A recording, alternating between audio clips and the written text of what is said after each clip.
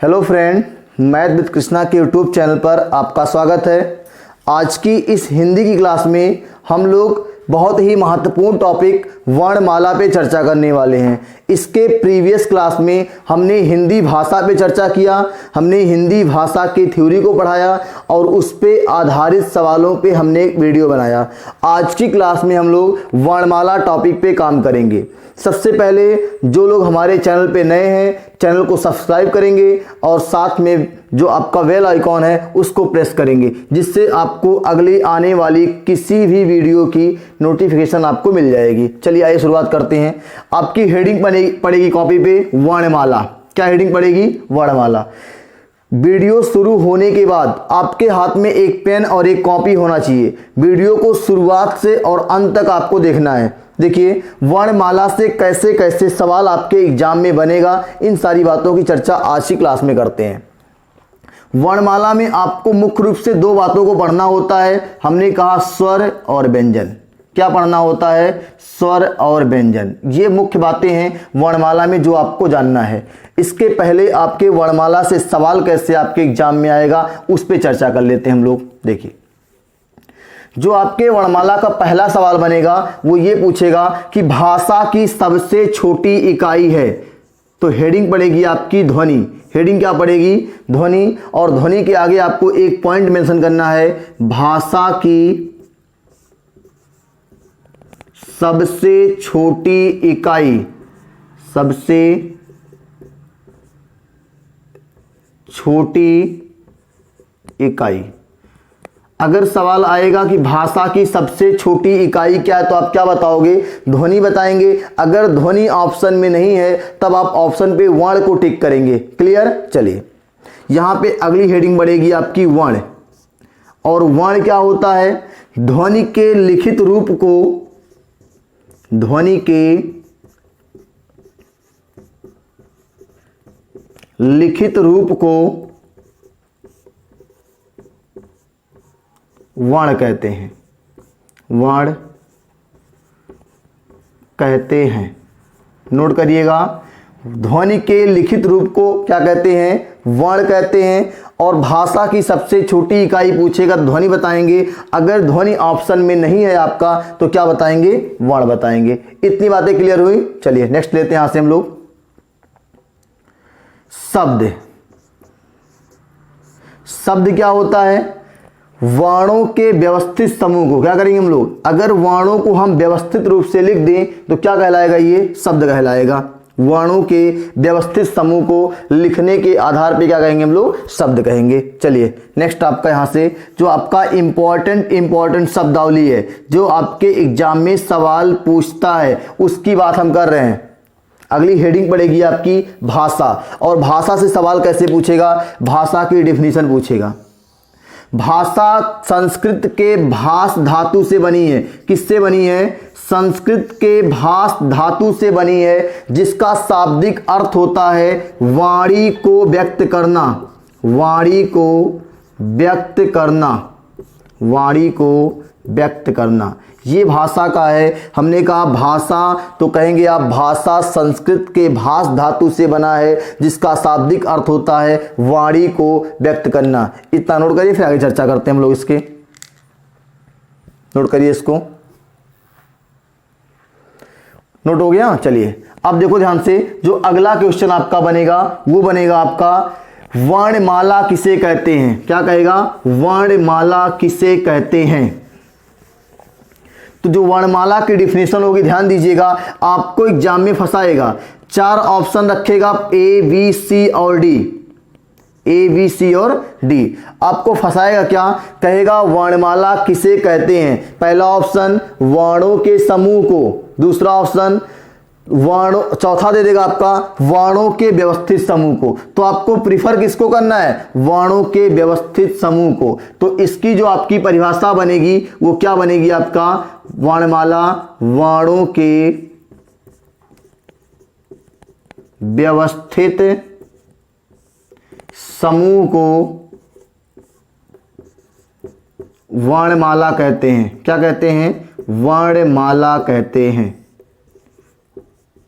भैया हमेशा व्यवस्थित समूह को प्रेफर करिएगा, जिससे वर्णमाला छोटा आ से लेके अज्ञा तक होता है, बीच में काखा गाघा अंगा होता है, आपका वर्णमाला चा छा जा से नहीं शुरू होता है। इसलिए डिफिनेशन क्या बनती है, वर्णों के व्यवस्थित समूह को क्या कहेंगे हम लोग, वर्णमाला कहेंगे। डिफिनेशन नोट करिए, फिर आगे चर्चा करते हैं इसके, नोट कर लीजिए इसको। चलिए नोट हो गया, वर्णमाला की डिफिनेशन सबको स्पष्ट हो गई। वर्णों के व्यवस्थित समूह को आपको प्रिफर करना है। वर्णमाला में जो आपका प्रिफर करेंगे आंसर, वो क्या लगाएंगे, वर्णों के व्यवस्थित समूह को। चलिए नेक्स्ट हेडिंग आपकी पड़ेगी, यहां से मोबाइल को मैं साइलेंट कर देता हूं वरना आवाज आएगी आपकी। देखिए अगली हेडिंग पड़ेगी आपकी यहां से स्वर। क्या पड़ेगी, स्वर, और ब्रैकेट में लिखिएगा इसको स्वतंत्र। क्या लिखेंगे, स्वतंत्र। ध्यान दीजिएगा, स्वर जो होता है इसकी डिफिनीशन यूपी पुलिस ने पूछा था, उत्तर प्रदेश पुलिस में पूछा गया था कि वे वर्ण जो बिना किसी अवरोध के बोले जाते हैं क्या कहलाते हैं, तो आप बताएंगे क्या कहलाएंगे, स्वर कहलाएंगे। डिफिनीशन क्या होगी, स्वर स्वतंत्र होते हैं, स्वर स्वतंत्र होते हैं,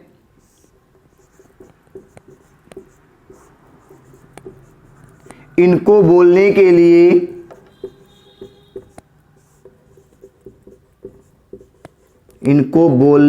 लिए किसी की आवश्यकता नहीं पड़ती, किसी की आवश्यकता नहीं पड़ती। ये आपकी स्वर की डिफिनीशन है। स्वर क्या होते हैं, स्वतंत्र होते हैं, इसको बोलने के लिए किसी की आवश्यकता नहीं पड़ती है। इसके अलावा आपका जो उत्तर प्रदेश पुलिस ने थोड़ा सा घुमा के पूछा था, वो क्या पूछा था, बिना वे वर्ण जो बिना किसी अवरोध के बोले जाते हैं, अवरोध के बोले जाते हैं,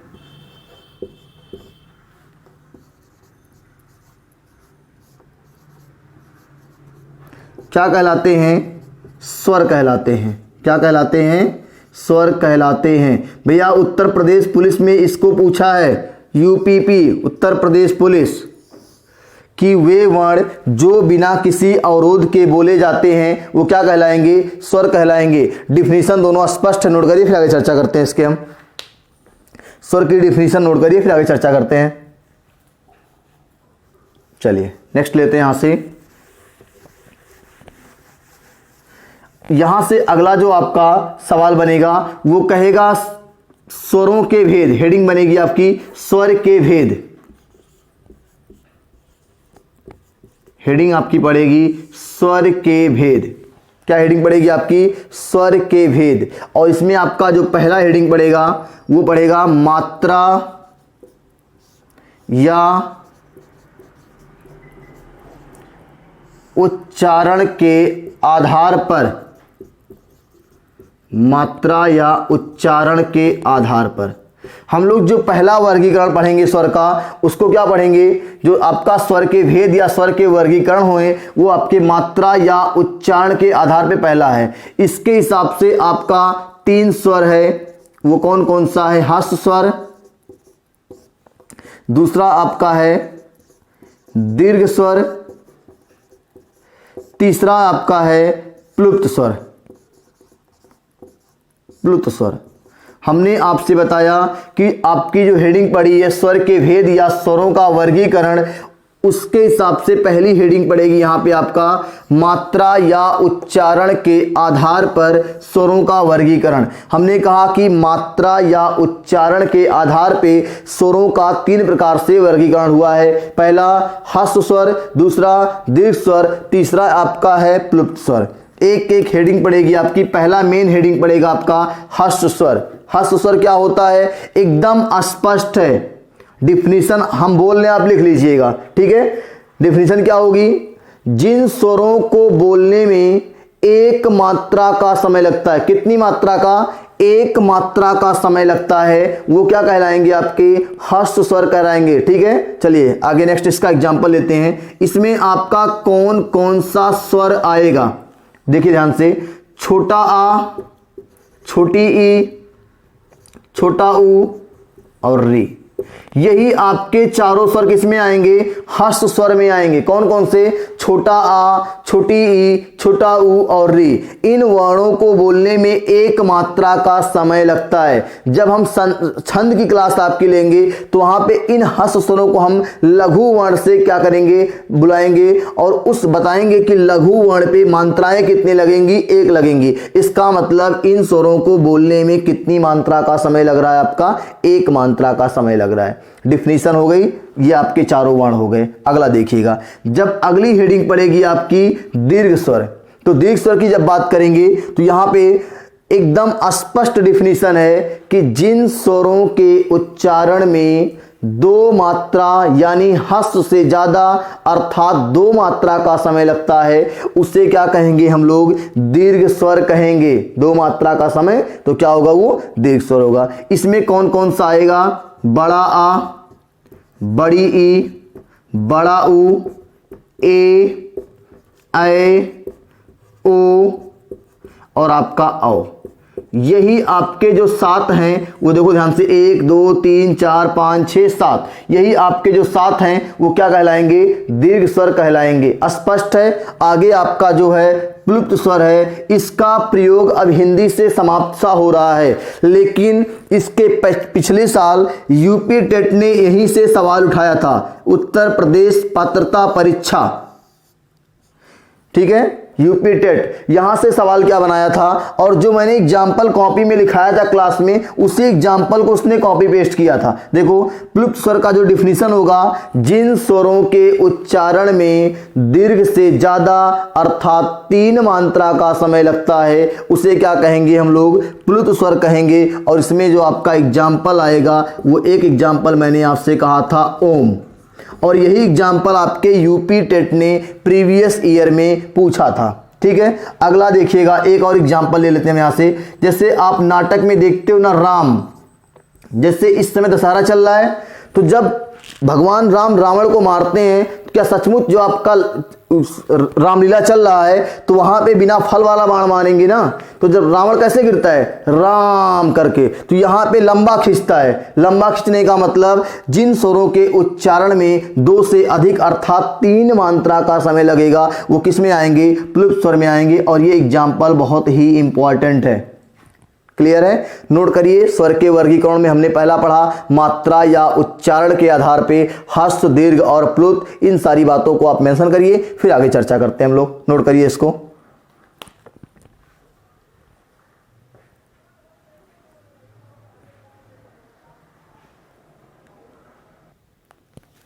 नोट हो गया, चलिए आगे। अब हमने पढ़ा था पहला मात्रा या उच्चारण के आधार पे स्वर का वर्गीकरण 3 प्रकार से पढ़ा। अगली हेडिंग पड़ेगी आपकी जीभ के प्रयोग के आधार पे स्वरों का वर्गीकरण। जीभ के प्रयोग के आधार पे स्वरों का वर्गीकरण, इसमें भी आपका 3 प्रकार है, अग्र, दूसरा मध्य, तीसरा आपका पश्च स्वर है। अग्र, मध्य और पश्च स्वर। पहली हेडिंग पड़ेगी यहां से आपकी भैया अग्र स्वर। अग्र स्वर की डिफिनीशन सबको याद होनी चाहिए, एकदम स्पष्ट है। पढ़ क्या रहे हो, जीभ के प्रयोग के आधार पे। इसका मतलब जो अग्र स्वर की परिभाषा होगी, जिन स्वरों के उच्चारण में जीभ का अगला हिस्सा काम करता है वो क्या कहलाएंगे, अग्र स्वर कहलाएंगे। इसमें कौन कौन सा आएगा, छोटी ई, बड़ी ई, ए और आपका ए। क्लियर है। अगली हेडिंग पड़ेगी आपकी यहां से मध्य स्वर।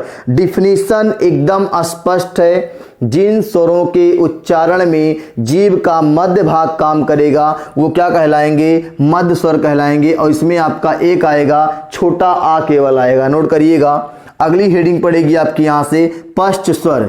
डिफिनीशन एकदम स्पष्ट है, जिन स्वरों के उच्चारण में जीभ का पिछला भाग काम करता है उसे पश्च स्वर कहेंगे। इसमें आपका बड़ा आ, छोटा ऊ, बड़ा ऊ, ओ, आओ। कैसे याद करोगे? अगर इसको आप याद कर लोगे और इसको, तो जो बचेगा वो किस में आएगा? पश्च स्वर में आएगा। एक आपका ये अर्धचंद बिंदु का आ आया है, अर्धचंद बिंदु, ये मराठी का वर्ड है, ठीक है। इसका प्रयोग हम लोग अंग्रेजी के शब्दों को लिखने के लिए करते हैं, जैसे हमने कहा डॉक्टर, ठीक है, ऐसे शब्दों के लिए हम इसका प्रयोग करते हैं अर्धचंद बिंदु का। चलिए नोट करिए। सेकंड आपका जो वर्गीकरण था वो जीभ के प्रयोग के आधार पे मैंने कहा 3 अग्र, मध्य और पश्च। अग्र का मतलब छोटी ई, बड़ी ई, ए और ए, ये आपके अग्र स्वर में आएंगे। मध्य में आपका छोटा आ और पश्च स्वर में आपका बड़ा ऊ, बड़ा आ, छोटा ऊ, बड़ा ऊ, ओ और ये अर्धचंद बिंदु का आ आएगा। नोट कर लीजिए, फिर आगे चर्चा करते हैं इस पे।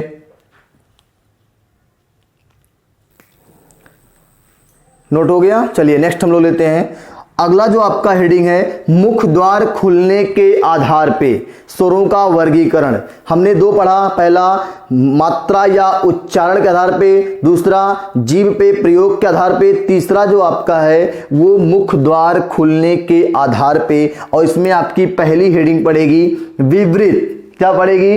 विवृत, जिसकी अंग्रेजी होती है ओपन। और इसकी जो आपकी डिफिनीशन बनेगी वो क्या बनेगी? डिफिनीशन ओपन से स्पष्ट है। क्या बनेगी? जिन स्वरों के उच्चारण में मुख द्वार खुला रहता है, क्या होता है? जिन स्वरों के उच्चारण में मुख द्वार खुला रहता है उसे क्या कहेंगे हम लोग? विवृत कहेंगे। चलिए इसमें आपका एक वर्ण आएगा बड़ा आ। अगला देखेंगे जो दूसरा आपका है अर्ध विवृत, हाफ ओपन। नाम से स्पष्ट है, हाफ ओपन का मतलब आधा खुला। तो इसका मतलब जिन स्वरों के उच्चारण में आपका मुख द्वार आधा खुला रहेगा उसे अर्ध विवृत कहेंगे। इसमें आपका छोटा आ आएगा, ए आएगा, औ आएगा और आपका ये मराठी वर्ण जो है अर्धचंद बिंदु वाला आएगा। चलिए नेक्स्ट देखिएगा, तीसरी हेडिंग पड़ेगी यहाँ पे आपका अर्ध समृत, हाफ क्लोज। अर्ध समृद्ध का मतलब हाफ क्लोज, और हाफ क्लोज का मतलब सबको पता है कि आधा बंद। डिफिनीशन क्या बनेगी? जिन स्वरों के उच्चारण में मुख द्वार आधा बंद रहता है भैया उसे क्या कहेंगे? अर्ध समृद्ध। और इसमें पूछेगा कौन कौन से वर्ण आएंगे, तो एक आपका ए आएगा और एक आपका क्या आएगा? ओ आएगा। स्पष्ट है। चलिए चौथा इसमें हेडिंग पड़ेगी आपकी समृद्ध, और समृद्ध का मतलब है क्लोज, और क्लोज का मतलब बंद। इसका मतलब डिफिनीशन क्या बनेगी? जिन वर्णों के उच्चारण में मुख द्वार बंद रहता है, लगभग बंद रहता है, उसे क्या कहेंगे हम लोग? समृद्ध कहेंगे। इसमें आपका छोटी ई, बड़ी ई, छोटा ऊ, बड़ा ऊ, ये आपके किस में आएंगे? समृद्ध में आएंगे। 4। तो यहां से सवाल कैसे पूछेगा? जैसे आपका ऑप्शन दे देगा 4, कहेगा निम्नलिखित में से कौन सा समृद्ध है, तो आप इसमें से छोटी ई, बड़ी ई, छोटा ऊ, बड़ा ऊ में से कोई ऑप्शन में देखेंगे, अगर दिया रहेगा तो उसको टिक करेंगे। अगली क्लास में जब हम वर्णमाला पूरा पढ़ा लेंगे तो अगली क्लास वो आपकी होगी वर्णमाला के टेस्ट से संबंधित होगी। तो वहां पे हम आपके सारे डाउट्स क्लियर करेंगे कि इन टॉपिक से सवाल एग्जाम में कैसे बनते हैं। इसको नोट कर लीजिए, फिर अगले टॉपिक पे चर्चा करते हैं। नोट हो गया। चलिए नेक्स्ट देखते हैं हम लोग। अगली हेडिंग पड़ेगी ओठों की स्थिति के आधार पे स्वरों का वर्गीकरण।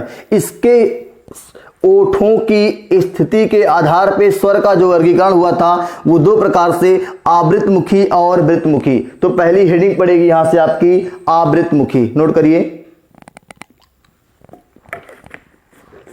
आवृतमुखी।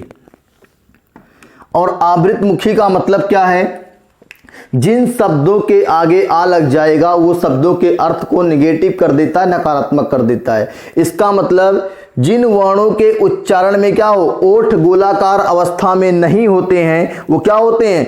आवृतमुखी होते हैं। देखो ध्यान से, वृत्तमुखी, वृत्त ऐसे तो होता है आपका सर्कल, इसका मतलब गोला, लेकिन ये लग गया आ मतलब निगेटिव। जैसे आपने लिखा धर्म, धर्म पॉजिटिव शब्द है, आ लग गया, इसका उल्टा हो गया, अधर्म हो गया। तो जिन शब्दों के आगे आप आ लगा दोगे वो शब्दों के अर्थ को निगेटिव कर देगा, नकारात्मक कर देगा। तो इसका मतलब आ लग गया है तो ये वृत्तमुखी का उल्टा हो जाएगा। जिन शब्दों के, जिन वर्णों के उच्चारण में ओठ गोलाकार अवस्था में नहीं होते हैं वो क्या कहलाएंगे, वृत्तमुखी कहलाएंगे। अब सवाल आता है कि भैया यहाँ में कौन कौन से वर्ण आएंगे। यहाँ पे जो वर्ण आएंगे वो छोटा आ आएगा, बड़ा आ आएगा, छोटी ई आएगा, बड़ी ई आएगा, ए आएगा और ए आएगा।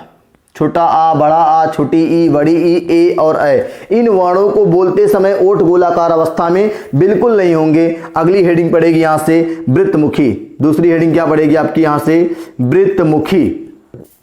डिफिनीशन एकदम स्पष्ट है, जिन वर्णों के उच्चारण में ओठ गोलाकार या वृत्ताकार अवस्था में होते हैं उसे क्या कहेंगे हम लोग, वृत्तमुखी कहेंगे। और इसमें वर्ण जो आपका आएगा छोटा ओ, बड़ा ओ, औ और ये मराठी वर्ण जो है अर्धचंद्र बिंदु का आ। ठीक है, अब देखो ध्यान से, जब आप छोटा ऊ बड़ा ऊ आराम से बोलेंगे ना तो आपको एकदम प्रैक्टिकली मिलेगा कि ओठ गोलाकार अवस्था में, छोटा ओ, देखो ओठ गोलाकार अवस्था में आ रहा है। ठीक है, तो इसका मतलब हमने जो चौथा पढ़ा, ओठों की आकृति के आधार पे स्वरों का वर्गीकरण दो होगा, आवृतमुखी, वृत्तमुखी। आवृतमुखी में आपके यही वर्ण आने वाले हैं, अवृतमुखी में आपके ये छोटा ऊ, बड़ा ऊ, ओ, औ और ये अर्धचंद्र बिंदु वाला वर्ण आएगा। ठीक है, इसको आप नोट करिए कॉपी पे अच्छे से, फिर अगले टॉपिक पे आते हैं। नोट हो गया, चलिए अगला देखेंगे यहां से, जो आपका पांचवा है, हवा के नाक व मुंह से निकलने के आधार पे जो वर्गीकरण हुआ है वो दो प्रकार से, निर्नुनासिक और अनुनासिक। निर्नुनासिक का मतलब होता है जिसमें हवा केवल और केवल मुख से निकलेगी, वो क्या कहलाएगा, निर्नुनासिक कहलाएगा। जिसमें हवा केवल, जिन वर्णों को बोलते समय हवा केवल आपके केवल मुंह से निकले उसे क्या कहेंगे भैया, निर्नुनासिक कहेंगे। इसमें आपके जो वर्ण आएंगे छोटा आ, बड़ा आ, छोटी ई इत्यादि, कह सकते हो आप छोटा आ से लेके औ तक के वर्ण इसमें आएंगे जिसमें हवा कहाँ निकलेगी, केवल मुंह से। अगला जो आपके हेडिंग पड़ेगी अनुनासिक स्वर।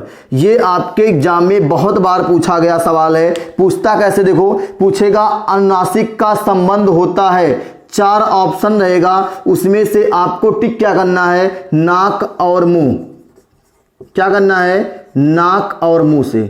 अनुनासिक का संबंध किससे होता है, तो नाक और मुंह से। निर्नुनासिक का संबंध किससे होता है, तो केवल और केवल मुंह से। मतलब इन वर्णों को बोलते समय हवा केवल मुख से निकलेगी, लेकिन जो अनुनासिक स्वर हैं इसको बोलते समय हवा आपके किससे निकलेगी, नाक और मुंह दोनों से। जैसे ध्यान दीजिएगा, जब आप बोलते हो आंख, देखो आंख है तो आपका मुंह और नाक दोनों लग रहा है, अंगद। ठीक है, नाक बंद करोगे, देखो ध्यान से मैं बोल रहा हूं अंगद, तो आपकी आवाज चेंज हो जाएगी। लेकिन जो इसमें वर्ण आएंगे, इसे बोलना है घर, कोई संटन नहीं, आपको नाक बंद करो तब भी घर घर, कोई फर्क नहीं पड़ेगा आपको। तो इनको केवल मुख से बोला जाता है। और अनुनासिक स्वरों को बोलने के लिए हमने क्या बताया आपसे कि भैया नाक और मुंह दोनों का प्रयोग करेंगे। तो एग्जाम में इसका बार बार पूछा गया सवाल क्या है कि अनुनासिक का संबंध होता है। देखो मैं दिखाता हूं आपके, एक मैंने प्रैक्टिस सेट रखा उसमें और पूछा गया सवाल है। देखो पूछा है क्या, अनुनासिक का संबंध होता है। पूछा कहां है, बिहार पुलिस सब इंस्पेक्टर परीक्षा 2008 में, यूपीएसआई में पूछा, सॉरी बिहार एसआई ने पूछा है। और क्या पूछा है, अनुनासिक का संबंध होता है। पहला ऑप्शन दिया है केवल नाक से, दूसरा ऑप्शन केवल मुंह से। तो केवल मुख से किसका होता है, निर्नुनासिक का होता है। फिर दिया है नाक और मुंह दोनों से, तो आपको टिक कर देना नाक और मुंह दोनों से। सवाल पूछा गया भैया, बार बार पूछेगा, इस सवाल को नोट करिए, फिर आगे चर्चा करते हैं इसके आगे।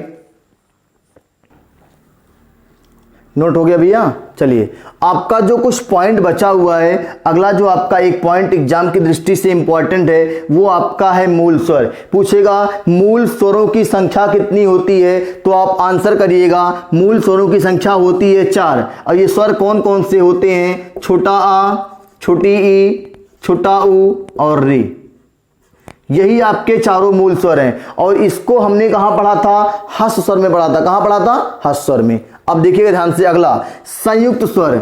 नाम से स्पष्ट है संयुक्त है, इसका मतलब 2 स्वरों के मेल से बना होगा।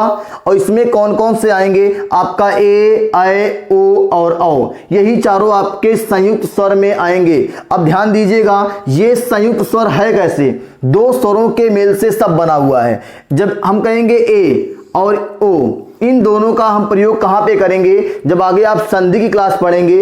इसका वीडियो मैंने अपलोड किया संधि का, आप देख लीजिएगा। उसमें मैंने बताया है कि ए और ओ का जो मेल होता है वो आपका छोटा आ प्लस ई से मिलके ए बनता है, आ और ऊ से मिलके ओ बनता है। इसका प्रयोग हम लोग गुण संधि में किए थे। ठीक है, देखो ध्यान से, ये छोटा आ हो या बड़ा आ हो, छोटी ई या हो बड़ी ई हो, दोनों के मेल से हमेशा क्या बनेगा, ए बनेगा। ठीक है, यहां पे ध्यान दीजिएगा, ये जो आपका छोटा आ या बड़ा आ, यहां पे मेल किससे होगा, ए या अय, किसी से हो जाएगा तो हमेशा क्या बनेगा, अय बनेगा। ठीक है, यहां देखिए ध्यान से, ओ का, इसका मेल छोटा आ या बड़ा आ का मेल छोटा ऊ या बड़ा ऊ से होगा तो हमेशा क्या बनेगा, ओ बनेगा। अगला देखिएगा, औ की जब बात करेंगे तो यहां पे छोटा आ या बड़ा आ का मेल ओ या औ से होगा तो क्या बनेगा, आपका औ बनेगा। इसीलिए ये संयुक्त स्वर हैं, चारों क्या हैं, ए, ऐ, ओ और औ, ये क्या चारों क्या हैं, आपके संयुक्त स्वर हैं। तो आज की क्लास में वीडियो बहुत लंबा ना हो, क्लास बहुत लंबी ना होने पाए, इसीलिए आज की क्लास में हम लोग केवल और केवल स्वर पे चर्चा करेंगे। ठीक है, अगली क्लास जो आपकी होगी इसकी, वो आपकी व्यंजन से शुरुआत होगी। तो सबसे पहले जो हमारे नए विद्यार्थी हैं, चैनल पे नए हैं, वो चैनल को सब्सक्राइब करेंगे, बेल आइकॉन को प्रेस करेंगे और वीडियो से संबंधित कोई समस्या, कोई सुझाव वो हमको नीचे कमेंट बॉक्स में करेंगे। और आप हमारे फेसबुक पेज मैथ